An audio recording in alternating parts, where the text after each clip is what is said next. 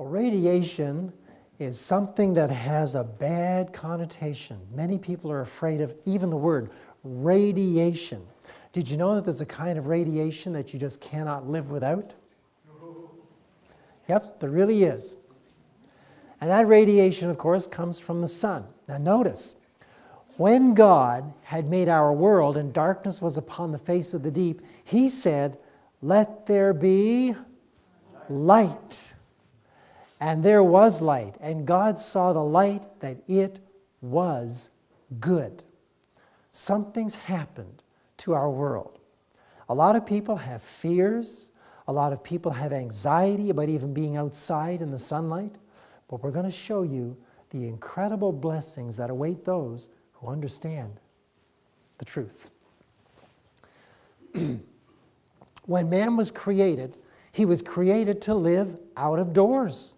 The body, therefore, logically, must have the ability to receive benefit from the sun. It must be. If man was created to be outside, then the sunlight was bound to be a benefit. But yet today you see many people that are afraid, and all the skin cancers they say it causes and all these type of things. I hope both Jeannie and I will be able to share with you enough information that you won't fear the sun anymore. You'll know how to use it to your benefit. So, you take our planet Earth right here as it's seen, and there's the moon going around the Earth, around it, and space is moving. The sun is revolving round and round. That's not an actual good ratio between the sun and the Earth. I'll show you that in a little while. But what a distance, 149.6 million kilometers. At this average distance, light travels from the sun to the Earth in approximately 8 minutes and 19 seconds. That's very fast. That's 186,000 miles a second, isn't it? Used to be, yeah. That's quite a distance. But if you just take a look at the sun is not a solid object like Earth is. The sun is actually a plasma. And it has some very interesting aspects to it. You'll notice this is very interesting. And that is that the northern hemisphere and the southern hemisphere are going in a different direction than the center of the sun. How many knew that? It's going in a complete different direction. Wow. And something else interesting is that the days to rotate in the upper and lower hemispheres are 33.5 days, but the center, it rotates 25.6 days. So it's going faster than the two poles. Isn't that interesting? It's a plasma. And so you've heard of solar flares, haven't you? This is a picture of a solar flare on the surface of the sun. Whoever got close enough to take that, I don't know who they were. It was probably taken from a camera from space, way out in space, and then magnified. But I got that picture, and it's absolutely it's huge. I'm going to give you an idea of how big that solar flare is. We're going to take a look at approximate size of the Earth to a solar flare on the sun's surface. That looks pretty big, doesn't it? You see that flame right down there? See if I can get my pointer going. Here we are. Yes, no, maybe so. Here it comes. Right down. Get over here, Ferrari. Come on. Right there. You see that? That flame. Take a look at something like over here in the Earth. There we are. That flame could wipe out that whole continent. That size, couldn't it? But that's not the ratio of the Earth to a solar flare. I'm going to show you the exact, well, not the exact, but it's really close to being pinpoint accurate. Watch this. There's how big the Earth is to that solar flare. That is a huge flame that could engulf more than the whole Earth. It's gone. How incredible is space? How incredible is the one who made space? And this is all just all these flames and just going and going and going. Wow, just incredible. The optical surface of the sun, that is the photosphere, is known to have a temperature of approximately 6,000 K, or 6,000 Kelvin, it's called, 6,000 Kelvin. Now, the upper extremity of it, above it lies the solar corona, rising to a temperature of approximately 1 million to 6,000 to 2,000 K. This is incredibly vast, these temperatures. To 2 million, yeah, pardon me, 2 million. 1 million to 2 million K. Really incredible things. And as light comes in from space and enters this wonderful little green planet, I call it, the blue planet with the green Earth, sunlight in the broad sense is the total frequency spectrum of electromagnetic radiation given off by the sun.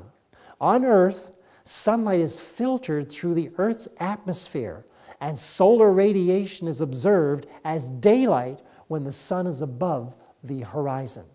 I'm giving you a lot of background on the sun because this is going to set up what it is we're going to share with you of the beautiful benefits that await those who understand. When the sunlight comes through the clouds, reflected on the ocean there, when the direct solar radiation is not blocked by clouds, it is experienced as sunshine. Notice that, direct solar radiation. A combination of bright light and radiant heat. When it is blocked by the clouds or reflects off of other objects, it is experienced as diffused light. Beautiful pictures. Makes me want to go sit on that park bench and just rest. Photosynthesis is a process that converts carbon dioxide. Get this. It converts carbon dioxide into organic compounds, especially sugars, using the energy from sunlight. Isn't that amazing? What light can do? The energy of the sunlight supports almost all life on Earth by photosynthesis and drives Earth's climate and atmosphere. Remember in the previous lecture when I shared with you about the leaves and all that wonderful chlorophyll and how the sunlight causes the chlorophyll to happen. It's really thick and green. The Earth is absolutely bathed in wonderful energy. So the Earth's climate drives the Earth's climate and atmosphere. Photosynthesis occurs in plants, algae, and many species of bacteria.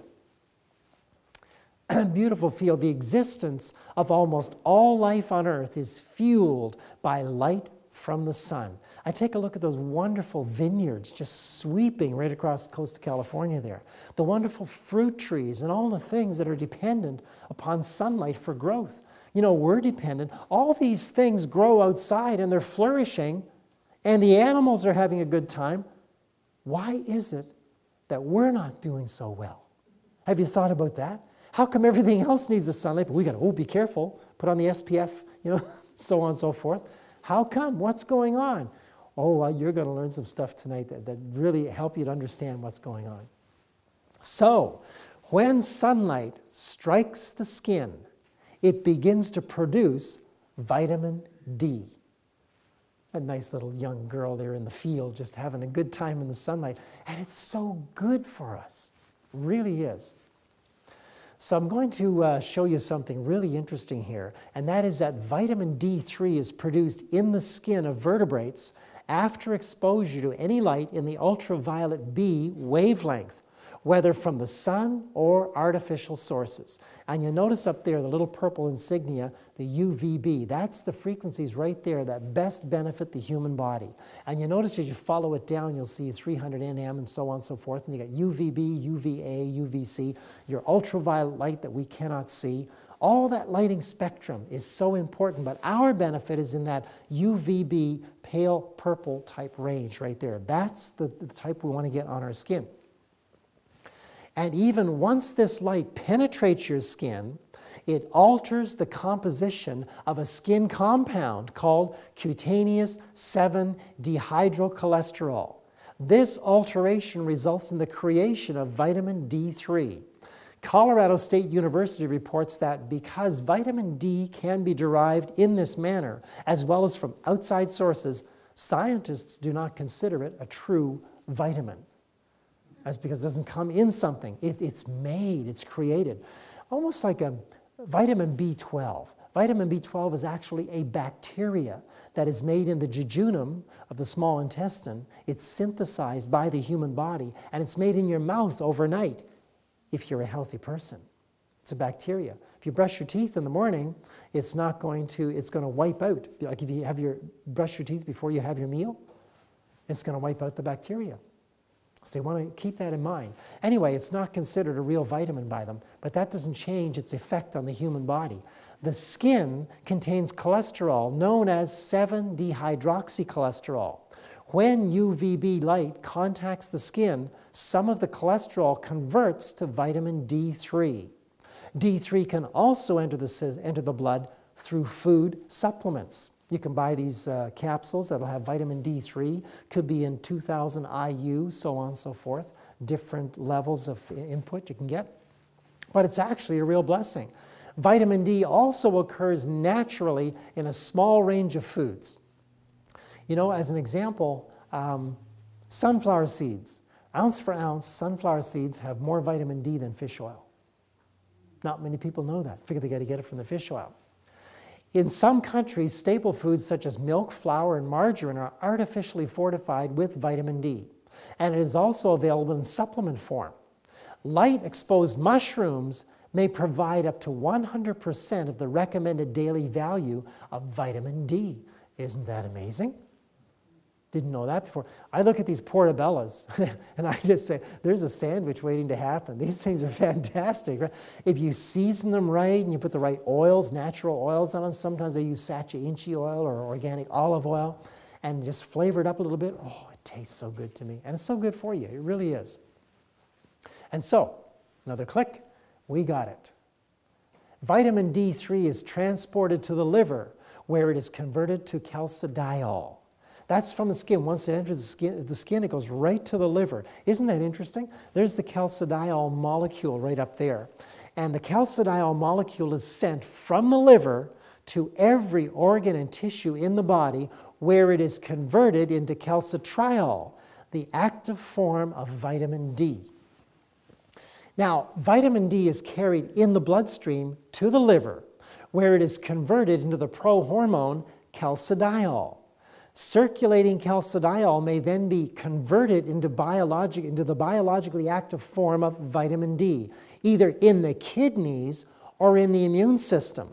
When synthesized in the immune system, it acts locally, defending the body against microbial invaders.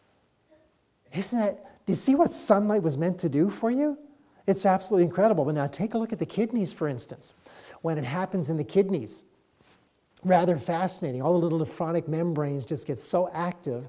And when it's synthesized in the kidneys, it circulates as a hormone, regulating, among other things, the concentration of calcium and phosphate in the bloodstream, promoting the healthy mineralization, growth, and remodeling of bone, and the prevention of hypocalcemic tetany. That means intermittent muscular spasms. When anybody has aches, oh, my muscles are Charlie horsing, maybe it's just not enough sunlight happening. Not enough vitamin D3 taking place in the system. Now notice, it comes from the liver and it goes into the kidney and goes out to the kidney to the bones.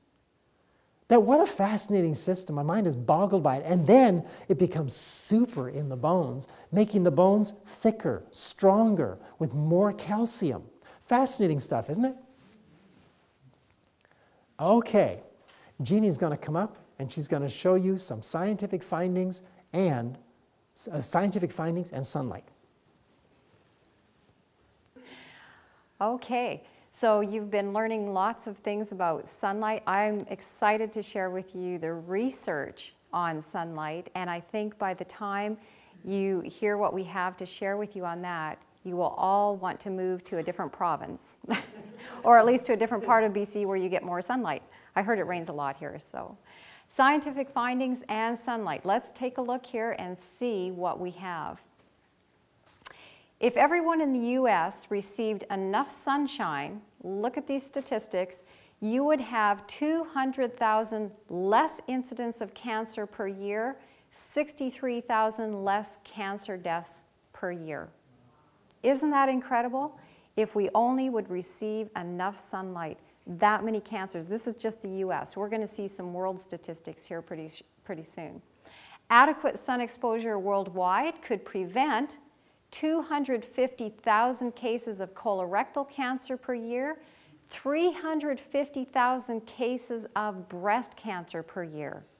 That is incredible. Just amazing, just from sunlight, just from sun exposure. 14% of all deaths worldwide could be prevented each year if everyone on Earth received enough sunlight exposure. Amazing. 14% of all deaths. 30% of deaths from all cancers. Look at this, 75% fewer deaths from multiple sclerosis. That has been on the rise.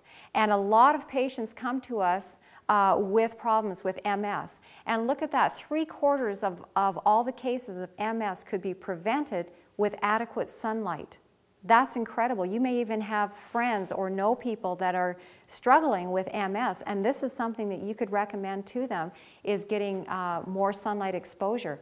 30% less deaths caused by diabetes, 10 to 25% fewer deaths from heart or vascular disease, 25% fewer deaths from tuberculosis, and 20 to 25% fewer deaths from respiratory disease. So look at how many different areas in the body are being affected by lack of sunlight. Just incredible.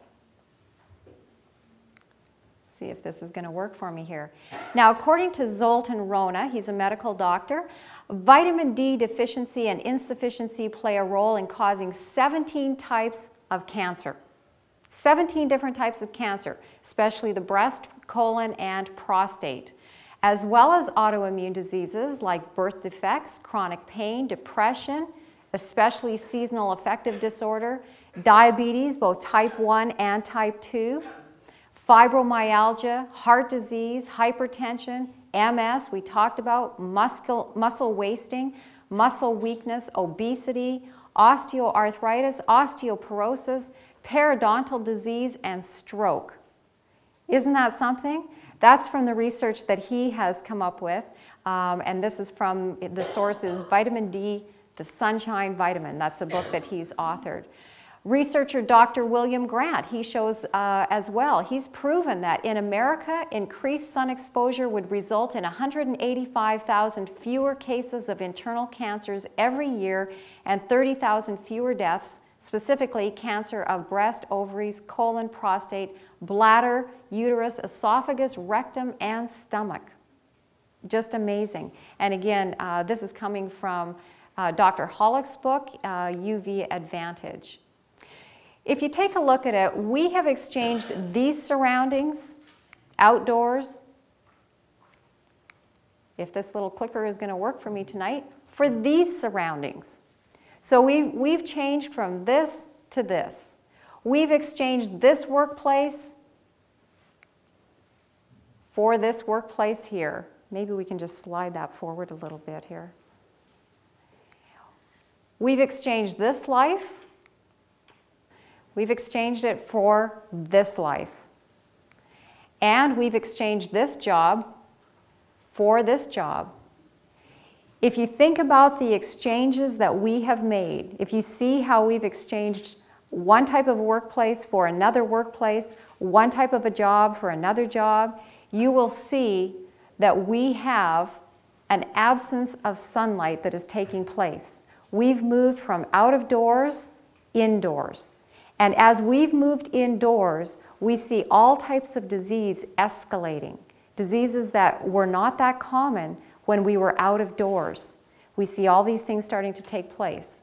Now, I know there's going to be some questions happening in your mind, and we'll get to those questions. But for most people that are living at a latitude of roughly about 40 degrees north, I've heard some variation on it, even a little bit lower, in around 37 degrees. So at this latitude, 40 degrees north, we are not getting enough sunlight, most of us. And we have to do things to specifically make sure we're going to get the benefits. Now, while the sun is good, it is possible to overdo it and become sunburned instead of sun-tanned. So we can overdo. We do have to be careful. We have UVB, which Rudy mentioned, is the ultraviolet radiation that is specifically important for the production of vitamin D, and it will affect the upper layers of the skin. That will actually, it's actually the radiation that causes burning. We have UVA though, which affects the lower layers, and that will cause problems like aging, wrinkling, things like that that people are concerned about. But we'll also see that that will damage those layers and will lead to cancers of the skin. And what happens is that UVB that burns, we want to put creams on a lot of times to prevent that from burning. And then what we do is we allow that UVA to actually penetrate deeper because we're not burning. Okay, so let's take a look here. Both the UVA and the UVB can cause both tanning and burning, although UVB does so more rapidly than UVA.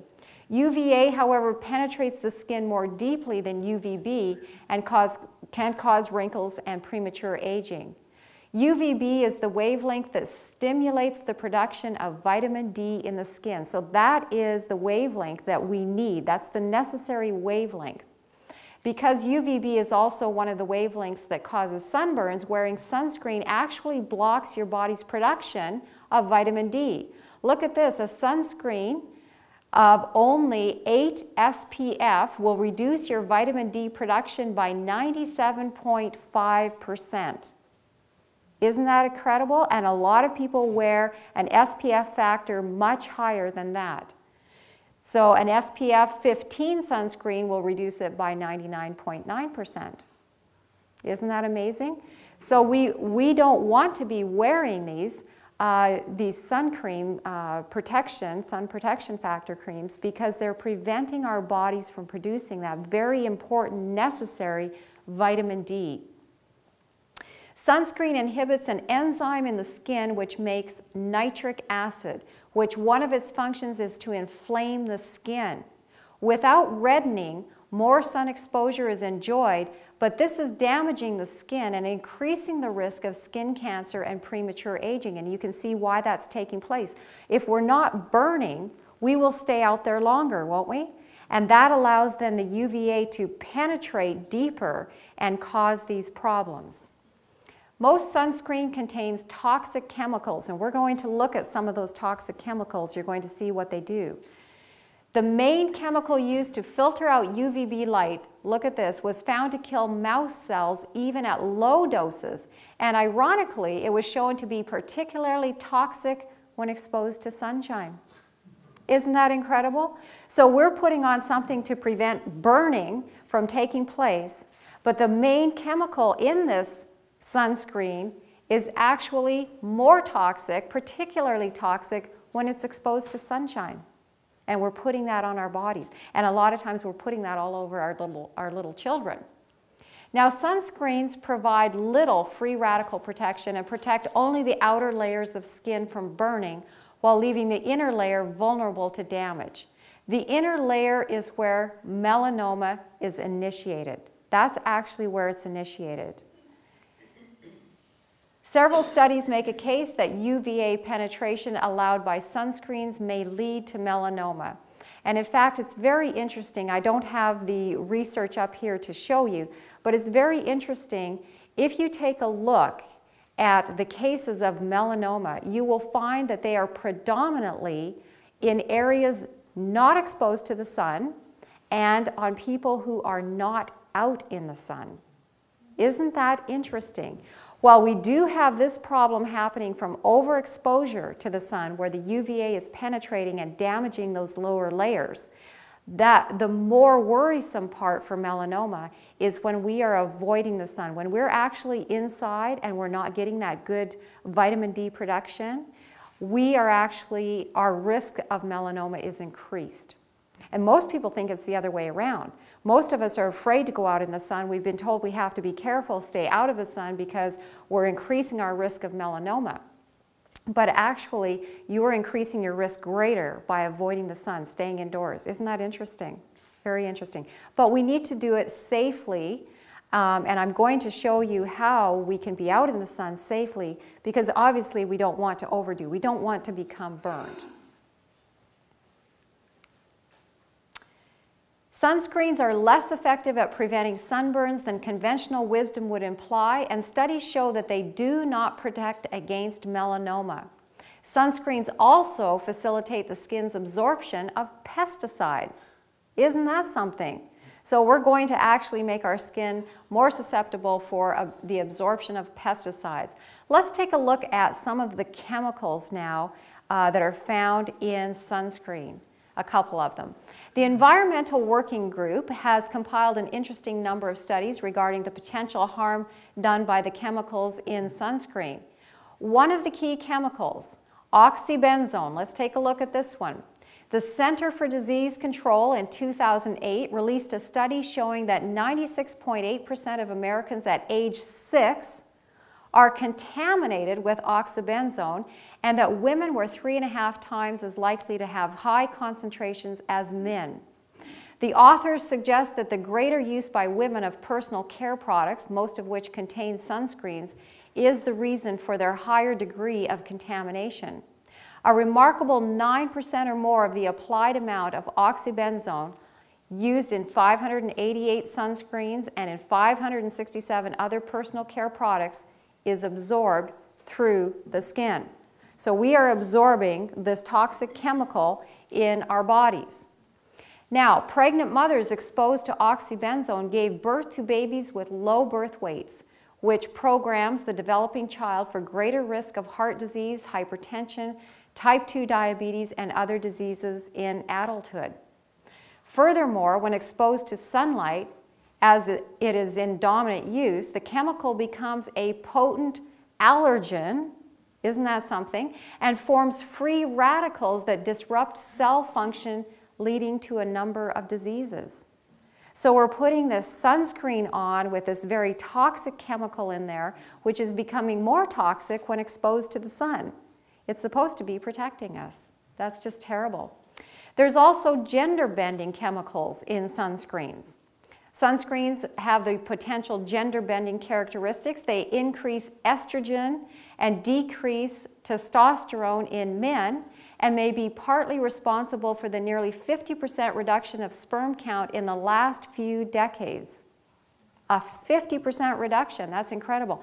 Sunscreen chemicals are known to cause the feminization of fish, and environmental pollution by these and similarly structured chemicals are now thought to cause feminization in alligators and the gradual extinction of Florida panthers due to failure to breed.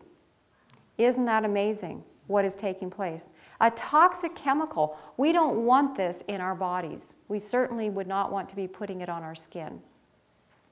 Pesticide absorption, we mentioned that. Sunscreens also increase the absorption of pesticides through the skin. So we are making our bodies more susceptible to all of those toxins. Now here is a formula by Dr. Hollick. You may want to write this down. This formula will help you to be out in the sun safely. So this is his recommendations for a safe sun tanning formula. First of all, what you do is you estimate how long it will take in the particular conditions that you will be sunning yourself for you to get a mild sunburn. Okay? He calls that 1 med. It's known as 1 minimal erythritol dose, 1 med. Okay? So what you do at any particular time, you kind of would have an idea with the conditions that were outside. If it was a hot day, very sunny, no clouds, and you would know if you're fair skin, light skin, you all pretty well have an idea of how long you could be out there roughly before you would start to burn. So you would know, okay, boy, I better take a long sleeve shirt with me because it's going to be hot this afternoon, or you'd be thinking ahead like that. So what you do is you estimate how long it would take you in those particular conditions for you to get a sunburn. Okay, maybe it would take you 1 hour. You could be outside for 1 hour before you received a sunburn. Then, without applying sunscreen, so no sunscreen, you expose your hands, arms, face, you know, whatever, for 25% the length of that time. Okay? So if it's 1 hour, if you figured in your mind, okay, I could be outside this afternoon for about 1 hour before I would start getting a little pink, starting to burn, then 25% of that length of time would be 15 minutes. So you're going to go out without any sunscreen, expose your skin for that length of time, 15 minutes, if that was what it was.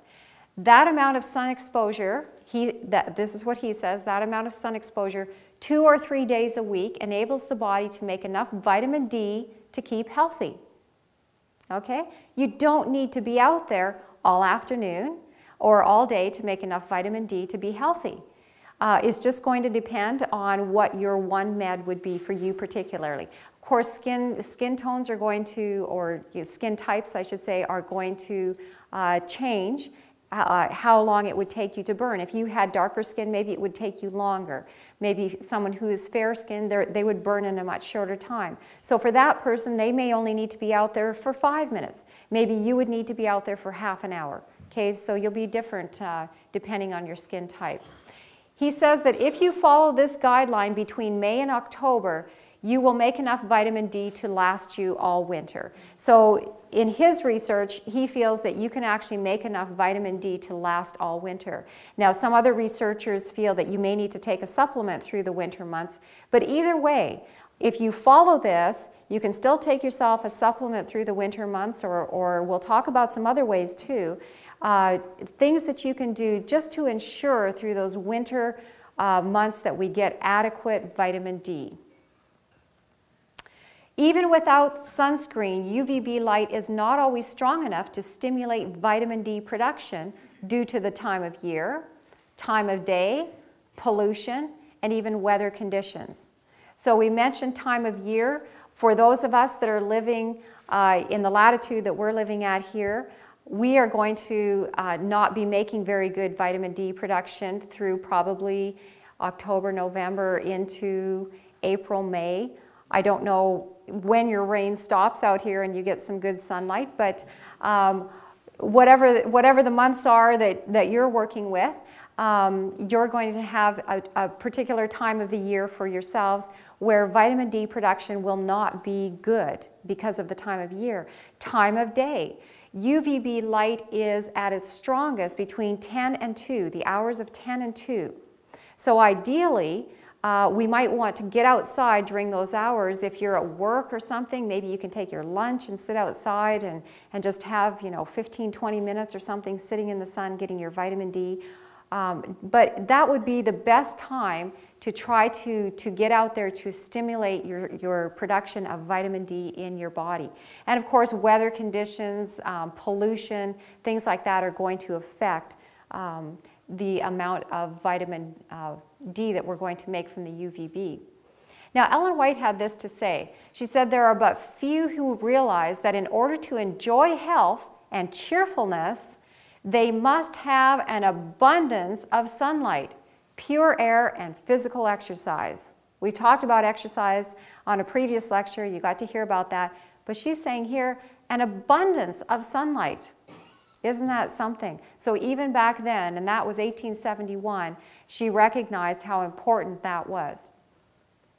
Now, this is a little bit of a lengthy article, but I really want to read this to you because I think you are going to find this extremely fascinating. What happens in the body, why our bodies tan. Some people are so concerned. A tan, isn't that damaging the body if you get a tan? A tan is not damaging the body. You're going to see how your body is designed to change color and the reason why it works that way. So let's take a look here. Vitamin D is produced very slowly in dark-skinned people. Okay? Indeed, it's been shown that light skin produces vitamin D 6 times more efficiently than does dark skin. This slow rate of production in a dark-skinned person, however, does not create a health hazard in hot, sunny climates because exposure to sunlight is regular and lengthy, which is perfectly suited to dark skin's slow production. A small, constant production of vitamin D over a long period of time is as good as a large production in a short time. Hence, dark-skinned people who live in sunny climates produce adequate vitamin D for optimal health. In northern geographical areas, humans are exposed to less sunlight and in cold seasons must cover themselves with clothing. They can, therefore, produce vitamin D only when there is sufficient sunlight to stimulate its production in the skin, for example, only in the spring, summer, and fall. A paper by Dr. Nina Jablonski and Dr. George Chaplin demonstrates that skin pigmentation is predicted accurately by latitude. Isn't that interesting? With increasing latitudes correlating to lighter skin. There are only a few exceptions to this rule, one being the Eskimos, who can obtain their vitamin D from fish.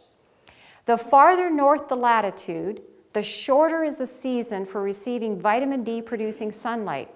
These northern people do not have the luxury of receiving ample direct sunlight year-round as do their neighbors to the south. They therefore need to produce sufficiently large quantities of vitamin D to supply their daily needs and in addition store a large quantity for the winter when the sun does not stimulate its production. These people have light skins so that they can produce more vitamin D when sunlight is available. Does that make sense to you? So you have light skin because we have a shorter time where we can be exposed to summer. So light skin, we're going to produce vitamin D more rapidly. Dark-skinned people who typically have lived at more southern latitudes, they have the luxury of long, sunny summers and into the winters, and so they can produce their vitamin D more slowly. Does that make sense to you with the skin types, okay? Let's carry on here. The rapid and large production of vitamin D in light-skinned people allows large quantities to be produced and stored during sunny seasons. During winter, those stores are depleted, and by spring, the body's supply of vitamin D is low and must be replenished. The sun begins to warm the earth, and people doff their winter clothing to receive the sun's rays. In early spring, at these high latitudes, ultraviolet light, the UVB, is not available in the early morning, and the temperature is too cool to shed warm clothing. However, toward midday, when the UVB becomes available, the temperature warms, and they begin to remove clothing, which exposes them to both the tanning rays and the vitamin D stimulating rays. See how this works? It's so incredible. Since the sun is weak in early spring, the people are not susceptible to burning. As the season progresses towards summer, the sun's rays become more direct and capable of causing sunburn. And tans form as a problem? No, to protect against that hazard. That's why the tan forms. It's not damaging the skin, it's actually protecting because you're going to receive less sun coming in, just like a dark-skinned person. Okay, they're not going to produce the vitamin D as rapidly. They have more protection there for their skin, and they produce it more slowly because they have that strong direct sunlight. That's exactly what happens in a lighter-skinned person as the summer gets hotter and hotter. Isn't that interesting how our bodies work?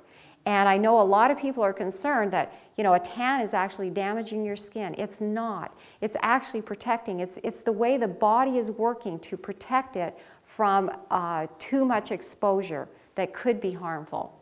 So a tan is not a sign of injured skin as stated by those who promote sun avoidance.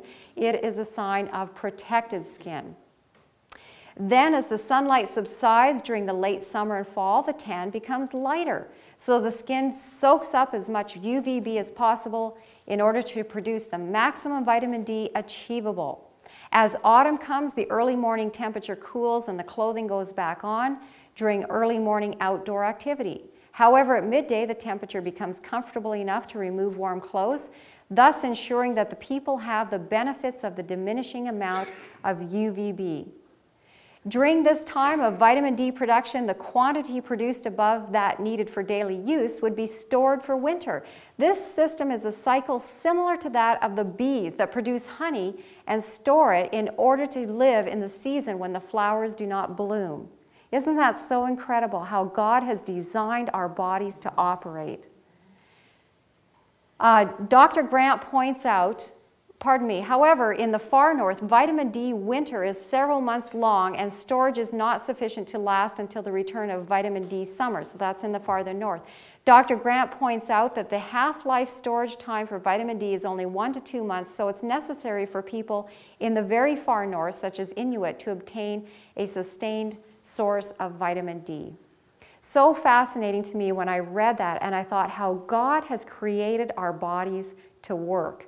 It's fascinating. I never understood really until I came across that research why our bodies tanned, what the reason was that our bodies tanned. But now I understand what is taking place in our system, how God has designed it to operate. Just fascinating.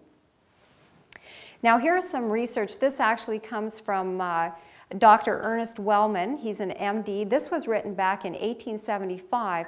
I just want to share with you a key part of this. He stated that a tadpole, if deprived of sunlight, instead of progressing into a respectable frog, will remain a tadpole or degenerate into some monstrosity. Isn't that amazing? A tadpole cannot even complete its growth into a frog without adequate sunlight. Fascinating how important sunlight is. Now let's take a look at the physiological influence of light itself. Plants absorb carbon and give out oxygen or vital air in the light. But during the night, this process is reversed so that they absorb oxygen and give out carbon. Did you know that about plants? In the day, they're taking in all the carbon dioxide that we're giving off, and they're giving off oxygen, which we need. But at nighttime, they actually reverse that process and they start taking in oxygen and giving off carbon dioxide. Very fascinating. The nutritive process is materially checked in all vegetables and animals when they're deprived of light for a considerable time. That means the production of nutrients in that plant. So if you had a plant in your garden that you were restricting the light from having access to that plant, okay, it's going to check, it's going to hold that in check. Those nutrients are not going to develop like they should be. In this case, vegetables are said to become etoliated, and that's basically they become pale. It's a condition analogous to that called anemia or hyperanemia. In man, a state of bloodlessness and inanition. In some of the lower animals, the process of metamorphosis is arrested by deprivation of the solar influence, and that's what we just looked at. A tadpole does not actually continue its growth into a frog when it's deprived of the sunlight. So very important. The operation of light on the animal organism has always been recognized as urging to exercise. That means when we get light, it actually makes us feel more energetic. It energizes us. That's the physiological influence of light on us as human beings. And increasing the activity of both the bodily and mental powers, so not just physically but mentally as well. Light stimulates your brain to be more mentally alert, more mentally active, while its absence or privation disposes to indolence and obesity. Fascinating. Animals are more readily fattened when kept in obscurity because the diminished activity of the depurating, that's the purifying functions, favors the accumulation of adipose matter. Isn't that interesting? So animals are more readily fattened when they're kept out of the light because the diminished activity of the purifying functions in the body favors the accumulation of adipose matter. That means your body is not going to work to detoxify as it should be doing. So what they've shown in animals, that animals will actually gain weight. They'll get fat by being out of the light, out of the sunlight. They'll have problems with obesity. Very, very interesting. Poultry are often confined in dark places to augment their store of oil, and heads of geese and turkeys are sometimes covered by a hood or their eyes put out in order to procure them from them, fat and greasy livers as choice morsels for depraved epicures. This is coming from Herbert Shelton. These facts show us that light and an abundant supply of it is indispensable to a due development of all organized bodies. Very fascinating. We need to be out in the light, not just to prevent cancer, not just to prevent MS or respiratory diseases or any of the other list of diseases, but it actually helps us to maintain a proper body weight. And that is so important because in North America and actually around the world, obesity rates are climbing. And just being out in the sun can help improve that in our bodies. It will make us actually more active as well. Okay, other benefits of sunlight. Let's run through a list here. Improves digestion and assimilation, improves calcium absorption, helps prevent heart disease and stroke. Isn't that interesting? It improves the calcium absorption. For anyone that may have problems with bone density, not strong enough bones, Sunlight, being out in the sun, is going to help improve that absorption and help with your bones. Improves muscle tone, strength, and size. Again, that's been shown when invalids are taken out of doors and placed in the sunlight. Muscle mass increases just from being placed in the sunlight. Helps prevent type 1 diabetes, improves the health of the skin, helps prevent rheumatoid arthritis, enhances embryo development, improves the quality and quantity of mother's milk, improves sleep, lowers blood pressure, raises energy levels, relieves depression. Wow, all of the benefits of sunlight. Isn't that wonderful, what God has given to us? More benefits of sunlight. We won't read through all the references, but it maintains healthy bones, restricts the growth of tuberculosis within cells. Look at this, effective against anthrax. Interesting, against anthrax, cholera, E. coli, dysentery, influenza, staphylococcus, streptococcus, and other illnesses. Prevents the autoimmune reaction that leads to IBS, inflammatory bowel disease. Interesting. It helps to prevent and alleviate the symptoms of MS. We talked about, lowers cholesterol. Obesity, we talked about, according to Dr. Mercola, a strong connection has recently been found between obesity and a deficiency in vitamin D. May help to prevent Parkinson's, schizophrenia, Alzheimer's, rebalances the chemical disruptions that cause polycystic ovary syndrome and PMS, helps to prevent muscular atrophy, improves athletic performance. All of the benefits of sunlight, it's amazing. Has a powerful effect on skin disorders such as psoriasis and eczema, and it lessens tooth decay. Powerful. Now, we're going to see how fat factors in our diet, how that factors into what happens when we're out in the sun. Now, eating a healthy diet is a little known but extremely important way to prevent skin cancer. A lot of times you're told stay out of the sun to prevent skin cancer, but did you know that eating a healthy diet is probably more important than your length of time out in the sun? Well, of course, we don't want to get a burn, but if you're eating an unhealthy diet, even being out in the sun, period, you are risking an increase in skin cancer. A 1995 study published in the International Journal of Cancer reported that people who ate a low-fat diet had 90% less chance of getting skin cancer. That's huge, 90% less. Conversely, a diet high in fat shortens the time between UV exposure and the onset of cancer and increases the number of tumors that develop. Did you get that?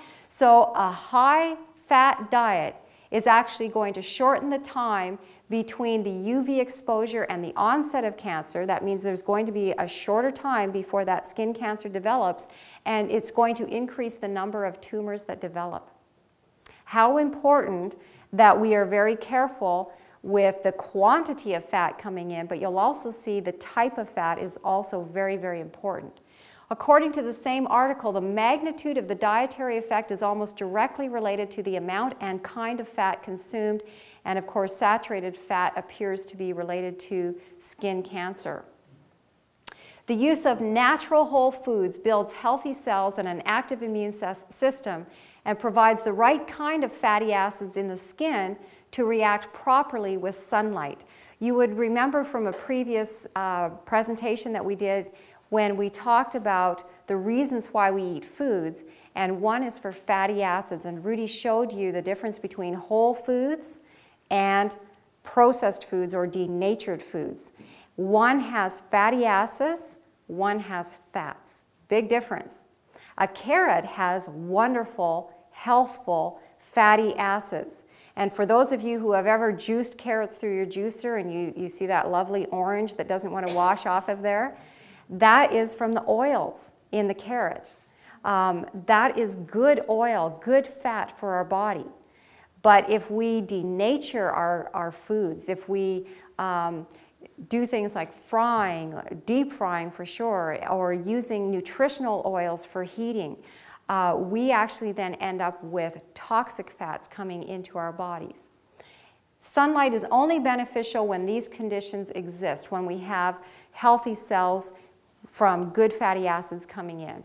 On the other hand, if there are free radicals and the wrong kind of cholesterol in the skin from consuming highly processed foods and the immune system is depressed, exposure to sunlight is damaging and may cause skin cancer. These are some pictures actually of non-melanoma skin cancers. It's very sad what happens in the body. But in 1930, researchers demonstrated that the consumption of butter greatly accelerated the development of skin cancers in mice who were treated with a carcinogenic tar. Just the consumption of butter greatly accelerated those skin cancers to develop. In 1939, researchers exposed 5 groups of albino mice to intense radiation with ultraviolet light for 1 hour daily and then fed each group a different diet. Cancerous tumors were produced most rapidly on a diet high in hydrogenated fats. That also includes partially hydrogenated fats. So read your labels carefully. Okay, very, very important. Dr. Homer Black and his colleagues at Baylor University found that a high level of dietary fat markedly shortened the time between UV exposure and tumor appearance and increased the number of tumors that developed, which is what we just read earlier. Later, in 1995 and 1998, Dr. Black performed 2 studies which showed that subjects placed on a low-fat diet, that's 21% of their calories from fat, which we actually recommend a little lower than that, but this is what they did for their research. 21% of calories from fat were 94% less likely to develop skin cancer at all. So you can see the high-fat diets, and especially what we have here in North America, these very high-fat diets, are directly contributing to skin cancer, the incidence of skin cancer, and we have seen that certainly increase. Okay, let's look. Dr. Mark Sorensen, he talked about lipid peroxidation. That's where your fats are actually oxidizing, causing free radicals to happen. This occurs during the heating and processing of oils, and it produces free radical atoms by the quadrillions. Isn't that amazing? Free radicals by the quadrillions. He then asked the question, can you imagine the harm done by consuming vegetable oils heated repeatedly in deep fat fryers to cook French fries?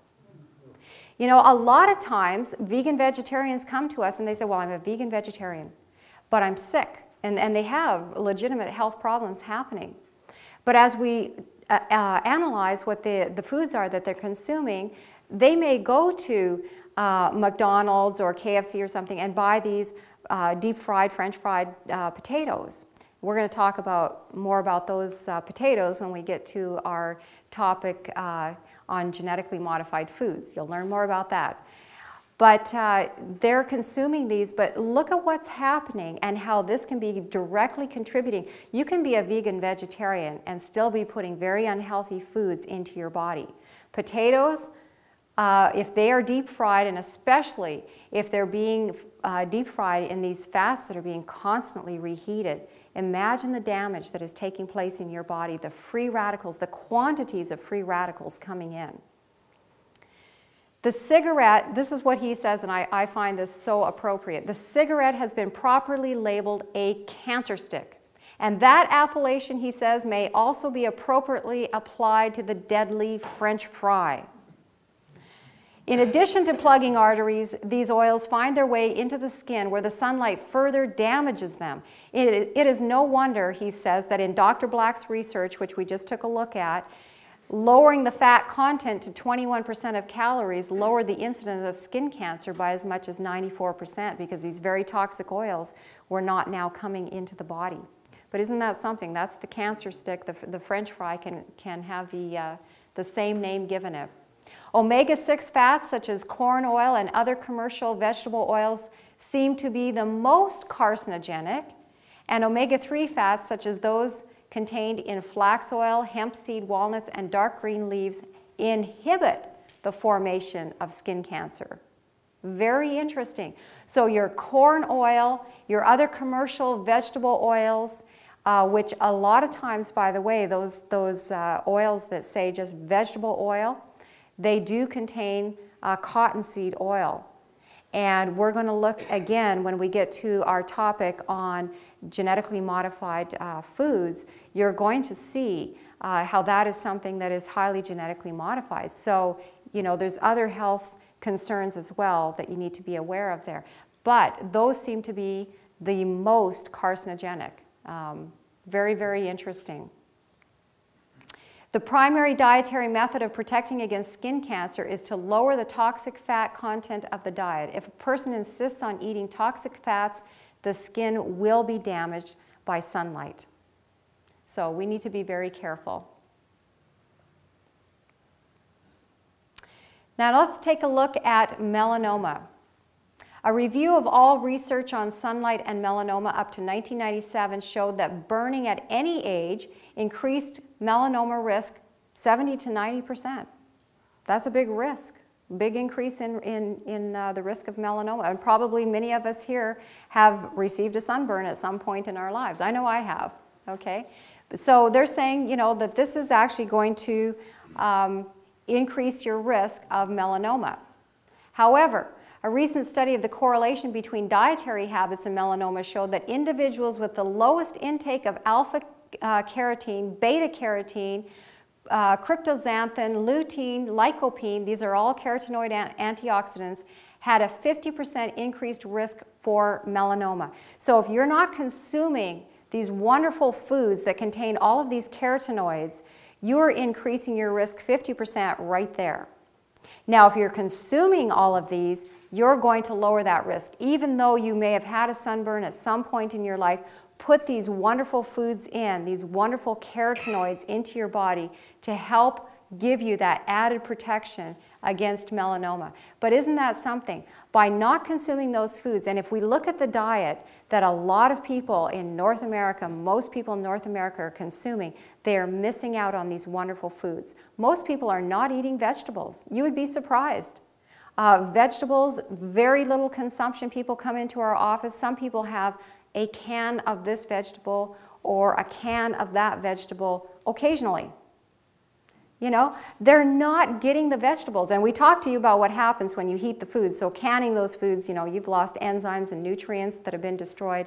So people are missing out on this most important nutrients that will help protect against these diseases that we've been talking about, and specifically with melanoma. Look at this. Those who consumed the most alcohol had a 65% increased risk of melanoma. And again, that's something, we have many patients that come to our office and ask us, well, what about a glass of wine with our meal? Is that not okay? But again, alcohol is a contributor to melanoma. Another study indicated a 2.5 times increased risk for melanoma among those who consume 2 or more alcoholic drinks per day.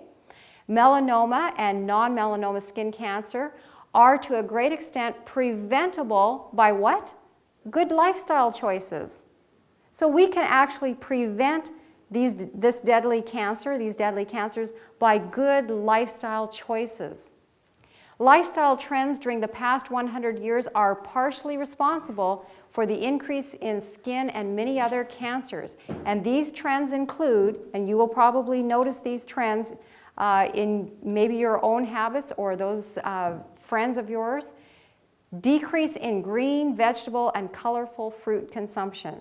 That's one reason that Rudy and I promote green smoothies so strongly, because people are not eating their greens. There has been a decrease in the consumption of greens. The increased exposure to chemicals, we're all we all have an increased exposure. The proliferation of prescription drugs. We see little children coming into our office and they're already on handfuls of prescription drugs, and it breaks my heart because there is not one drug out there that's going to heal the human body, not one. And every drug, even a baby aspirin, is toxic to your body. Now, there may be a time and a place where a prescription medication is necessary for a short-term intervention while you are changing whatever caused the underlying problem in your body. But that drug, I don't care what drug it is, will never ever heal your body. And these children are starting on these drugs at these early ages, and they're getting used to that kind of a mentality. You know, I have this ache, I got to take this pill. You know, they start thinking this mentality, and it breaks my heart to see that. The obesity pandemic, it's a pandemic. We have a real problem with obesity. The consumption of fast foods. When you go back, you know, even 50 years back, the consumption of fast foods was nothing like it is today. People eat now 3 times a day fast foods. That's what they're consuming. And increased sedentary living. We talked about that when we talked about our exercise program. We are becoming a very sedentary society. And decreased sunlight exposure. We've moved from outdoors to indoors. Everything is inside, indoors. And if we do go outside, we make sure to put all that sunscreen on and cover ourselves up with all these poisonous chemicals. Isn't that terrible? So the change from outdoor agrarian living to indoor correlates to the spectacular increase in skin cancer. Now, what about sun tanning beds? Are they beneficial? People ask us about sun tanning beds. Is that something good that you can do? Well, here's some of the benefits of using tanning beds. According to Mark Sorensen, every beneficial effect of vitamin D that is produced by sunlight exposure is also produced by the use of high-quality tanning beds. I want to stress high quality. There are lower quality tanning beds which give off a lot of UVA, but the high-quality tanning beds, he is stating that you can get every benefit through the use of those beds that you can with the exposure to sunlight. So that's maybe good news for some people. Tanning bed use dramatically increases the serum vitamin D levels and bone mass. Tanning bed use increases vitamin D levels by 150% in only 7 weeks. So again, you know, a high-quality tanning bed may be something that could work for you. Tanning bed use reduces chronic pain. High-quality tanning beds can provide up to 10,000 IU of vitamin D in less than 10 minutes. And 10,000 IU is roughly about what they feel that the body will produce if you go out at 1 med. We talked about that earlier, Dr. Hollick, what he recommended that your sun exposure be. That if you're outside in that time, that you would be producing about 10,000 IU of vitamin D. So they feel that that is a very safe amount of vitamin D, and we're going to look at the toxicity, if there is a toxicity problem to be concerned about. But you can actually produce that amount of vitamin D in less than 10 minutes. That's pretty incredible. Now, what about full spectrum lights? You know, people have asked about full spectrum lights. Is that something that can be beneficial? Well, full spectrum lights are lights that include the full spectrum of color, as well as infrared and ultraviolet wavelengths. Sunlight is in this category, as are some special artificial lights. And one of the many reasons that full spectrum light is necessary is because of its effect on the balance of neurochemicals in your brain. Full spectrum lights can be very beneficial if you are prone to seasonal affective disorder. So if you have struggles with when the weather turns gray and we have less sunlight and it's colder and we can't get outside, or maybe it's raining and you don't have the sunlight and you find that that's bringing a depressive sort of a mood to you, full spectrum lights can be very beneficial. You can put them on your desk. You can have a desk lamp there, maybe where you're sitting to do some study or something. If you wear glasses, slip your glasses off for a period of time and let that light just enter in through your eyes. It can be very beneficial and help to relieve the depression that a lot of people feel with that. Now, what about vitamin D toxicity? Let's take a look here. This is Dr. Reinhold Weiss, not to be confused with Dr. Walter Weiss. He states this, that daily brief subarrhythmal, arrhythma is sunburn, and subarrhythmal means therefore before sunburning, so subarrhythmal, that's before you would sunburn. So daily brief exposure of a substantial area of the skin to ultraviolet light, climate allowing, provides adults with a safe physiologic amount of vitamin D equivalent to an oral intake of about 10,000 IU of vitamin D3 per day.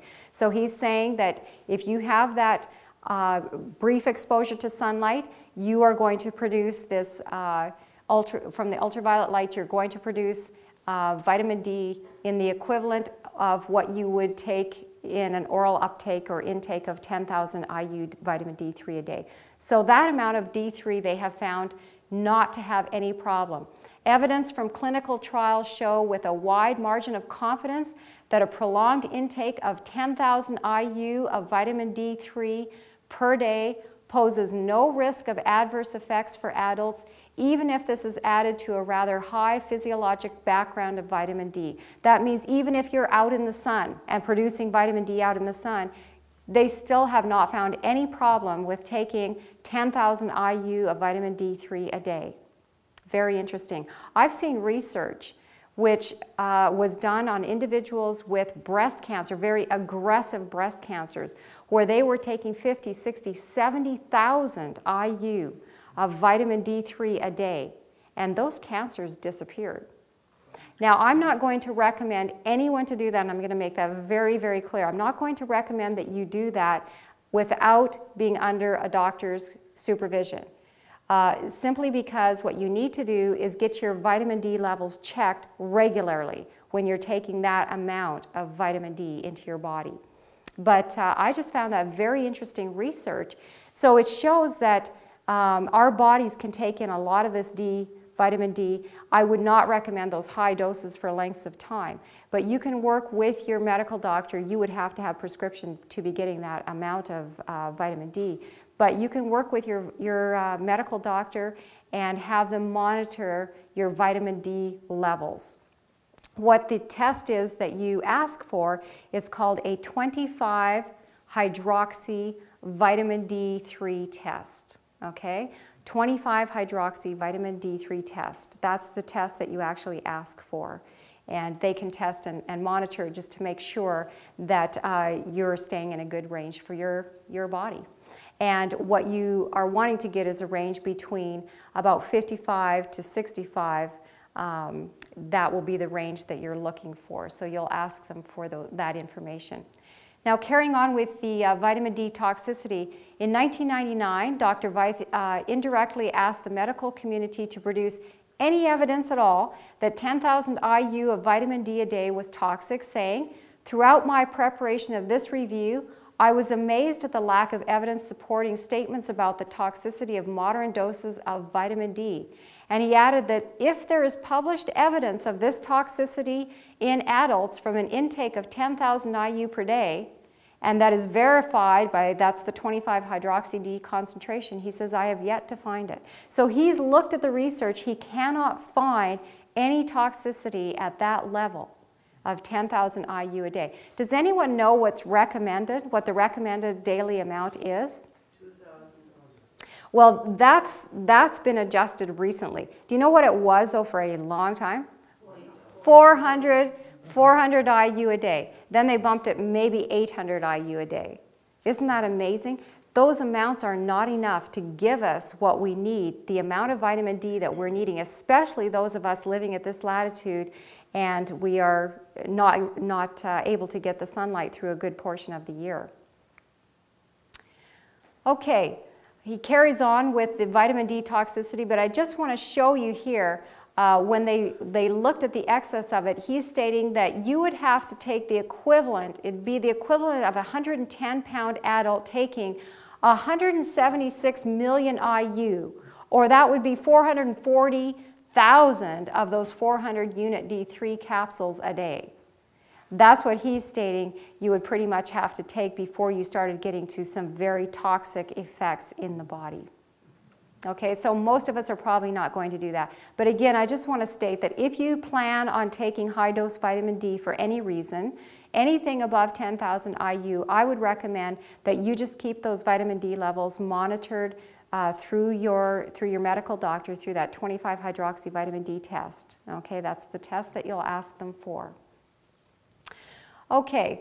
So Vyth reports human toxicity probably begins to occur after chronic daily consumption. So chronic, that means every single day, of approximately 40,000 IU a day.